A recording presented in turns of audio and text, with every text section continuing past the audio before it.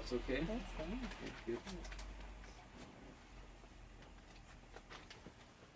So, Earl's shabby houseboat, and that's where the villains all gather.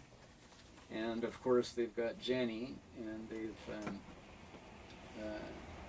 they've duct taped her to a chair at the kitchen table. They don't know, of course, that Spike is there. He's lingering in the strands of her hair and peeking out at what's going on and wondering what's happened to Johnny. He doesn't know. And Johnny, of course, manages to, on his way toward Science World, he notices the three more comical villains who have grabbed a kind of a beat-up old little boat with a rusted engine. And if you turn to, I think it's looking for the illustration.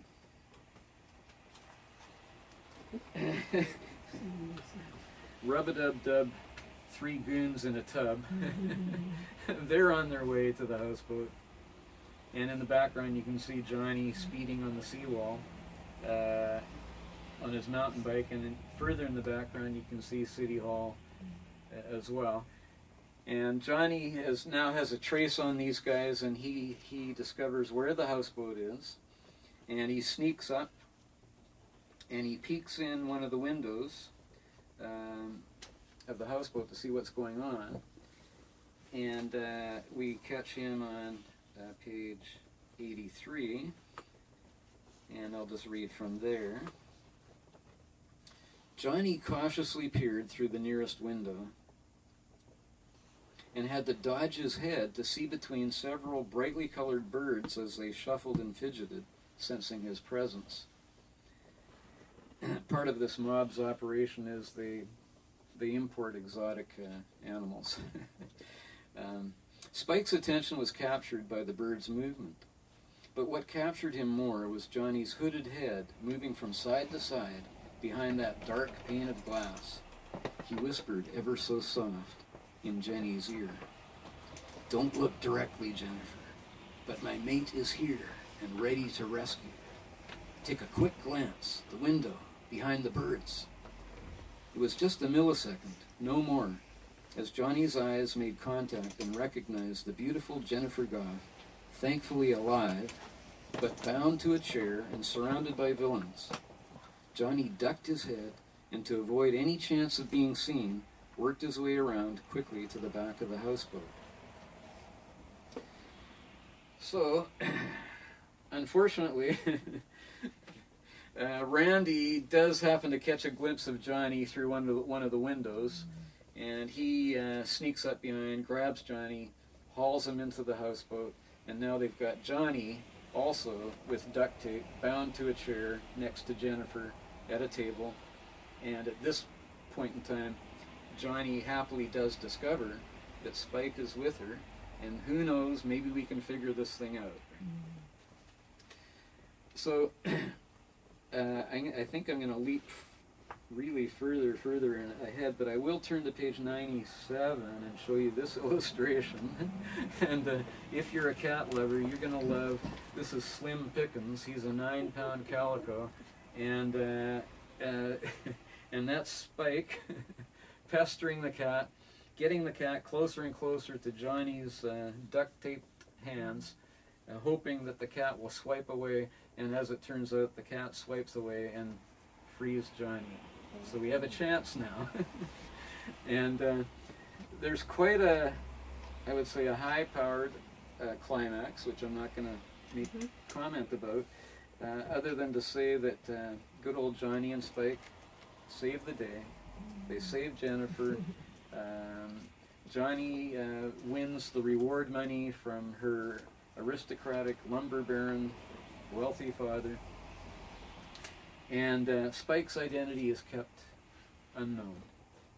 Although Spike desperately wants to be known as a hero, but he understands that let's just keep that part of it quiet. So Johnny gets all the credit. And we've got the scene, you know, right there below the Burrard Bridge, and Everything's happy, and if you look closely, you've got Johnny and Jennifer, and the reporters are taking pictures, and he's rescued her, and in her hair you can just see little Spike waving waving to the photographers. Right? So we've got 9 chapters and an epilogue, and I'll just read the last part of the epilogue, which, where am I going to start? Right, okay. On page 110,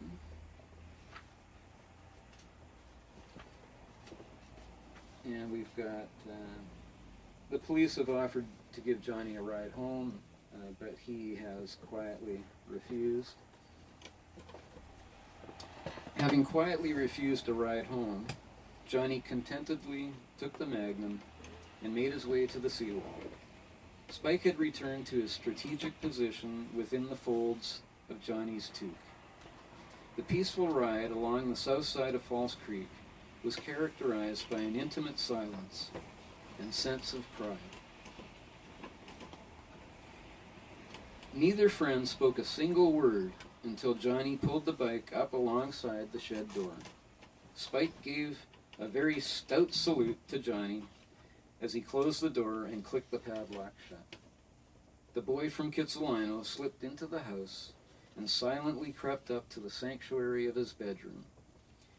He threw off his grimy clothes and collapsed in sweet exhaustion. His bedside clock registered a rather early 2 a.m.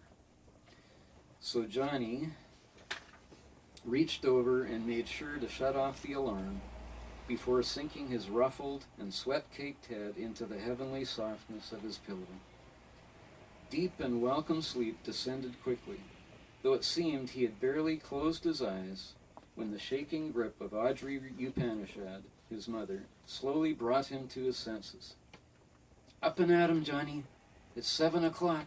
Time for breakfast." Still groggy but happy, Johnny showered and dressed for school. In the kitchen nook, he silently and ravenously devoured his granola. Mr. Upanishad, who was scanning the morning paper, had turned immediately to the financial section, overlooking a very dramatic and revealing front page. After checking the gold prices, he looked over to the boy. "Johnny, you look pale. Are you feeling okay?" Johnny nodded as his mother turned to him. "Your father's right, dear. Did you have a good night's sleep?" Johnny smiled, finished his cereal, and wiped his mouth with a napkin. "I slept just fine, Mom." The end.